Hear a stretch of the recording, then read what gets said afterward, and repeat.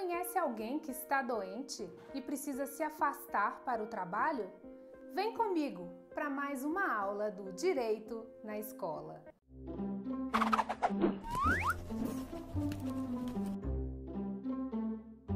Olá, eu sou a Ana Carolina Iannino e estou aqui para mais uma aula do Direito Previdenciário Simplificado para o Direito na Escola.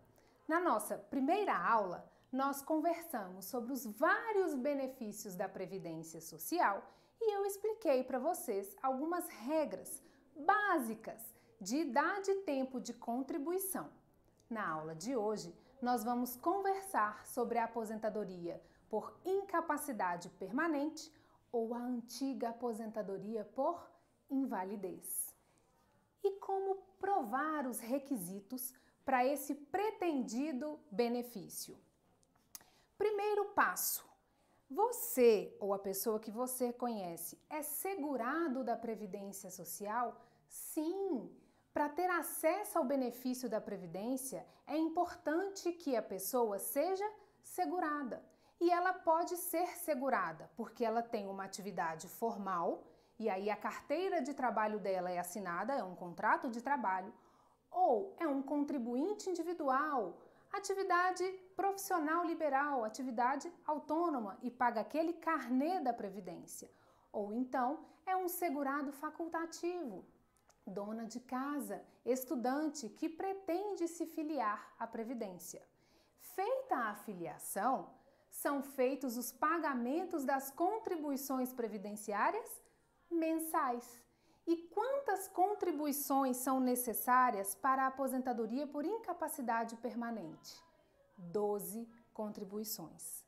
Acontece, pessoal, que para algumas doenças que são mais graves, o legislador estabeleceu um rol de doenças que não é necessário essas 12 contribuições mensais, mas apenas uma.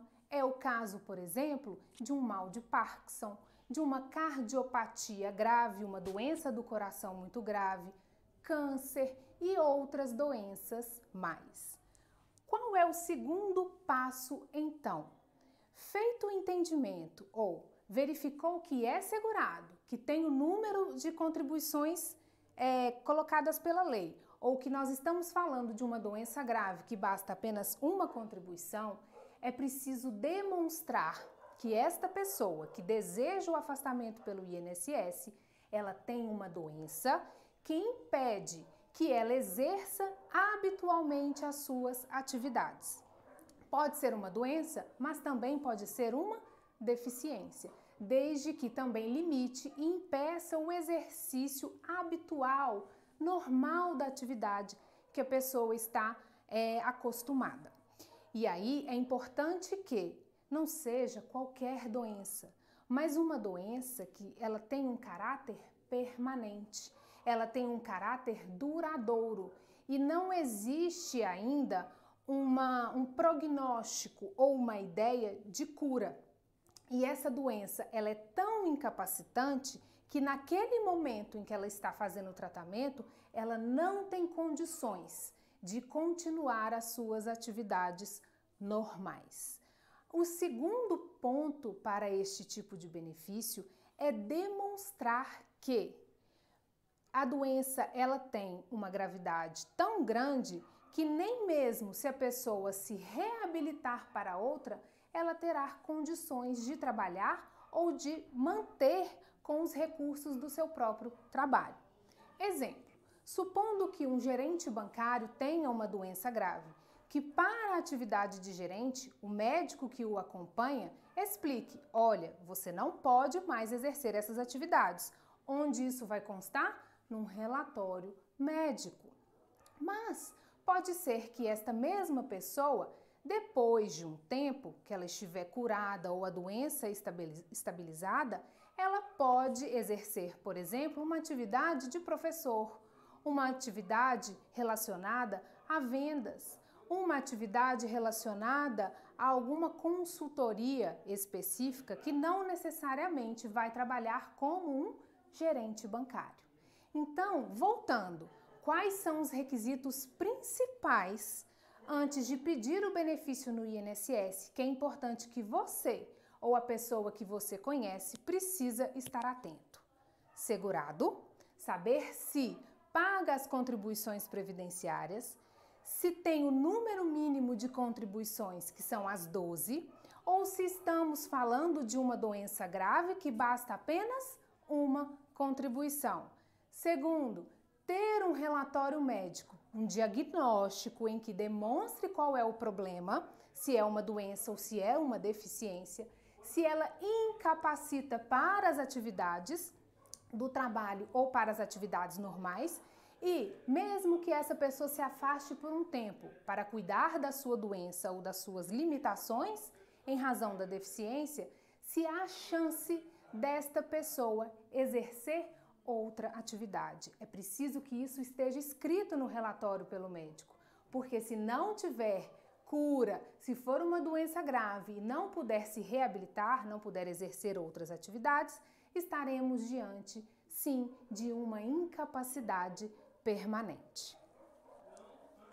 E aí, feito essa identificação, tem que se ter em mente que quem vai decidir sobre esta incapacidade para fins de recebimento do benefício previdenciário é o INSS, é a perícia médica do INSS. Então, o meio utilizado para isso é o telefone 135, como eu apresento aqui para vocês, ou o aplicativo Meu INSS, já disponíveis nas plataformas digitais.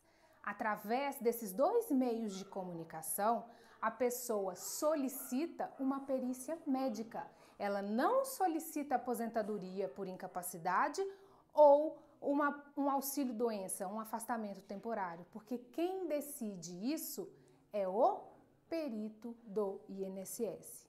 No momento da avaliação, o médico ele vai verificar se, diante dos documentos, diante dos relatórios médicos, dos exames, da medicação, se aquela incapacidade ela tem características permanentes, duradouras, ou se estamos falando de uma incapacidade temporária. Querem um exemplo de uma incapacidade temporária? Quebrou uma perna. É um motoboy.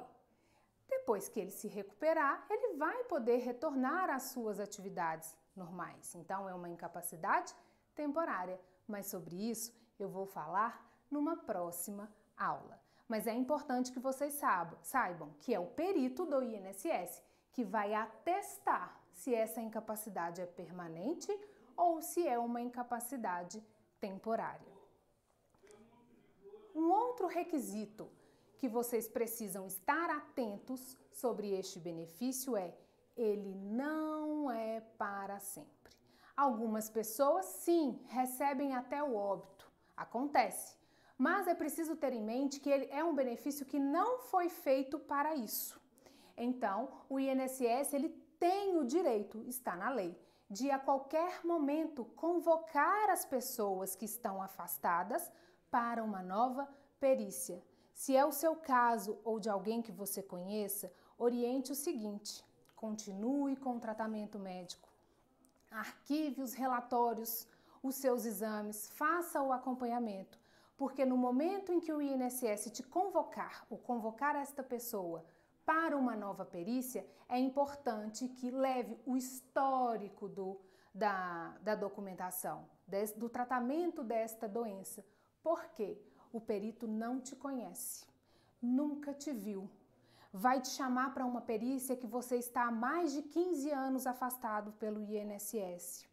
Se você não leva um documento e na análise clínica você está bem, há uma grande chance desse benefício ser cortado. Para as pessoas que recebem há mais de 5 anos, esse tipo de benefício, ele não é de imediato. Há um prazo para ele ser cortado. Vai diminuindo ao longo dos meses até chegar no valor de 0. Mas quem recebe há menos de 5 anos, a perícia médica do INSS identificou que, de fato, a pessoa está apta ao trabalho, então ele vai cortar este benefício. Esses são os pontos principais que entendi importantes para passar na aula de hoje para vocês. Se gostou, curte, curte o nosso canal e compartilhe esta informação, que eu tenho certeza que ela será de extrema importância. É sempre um prazer estar aqui e falar para vocês. Obrigada!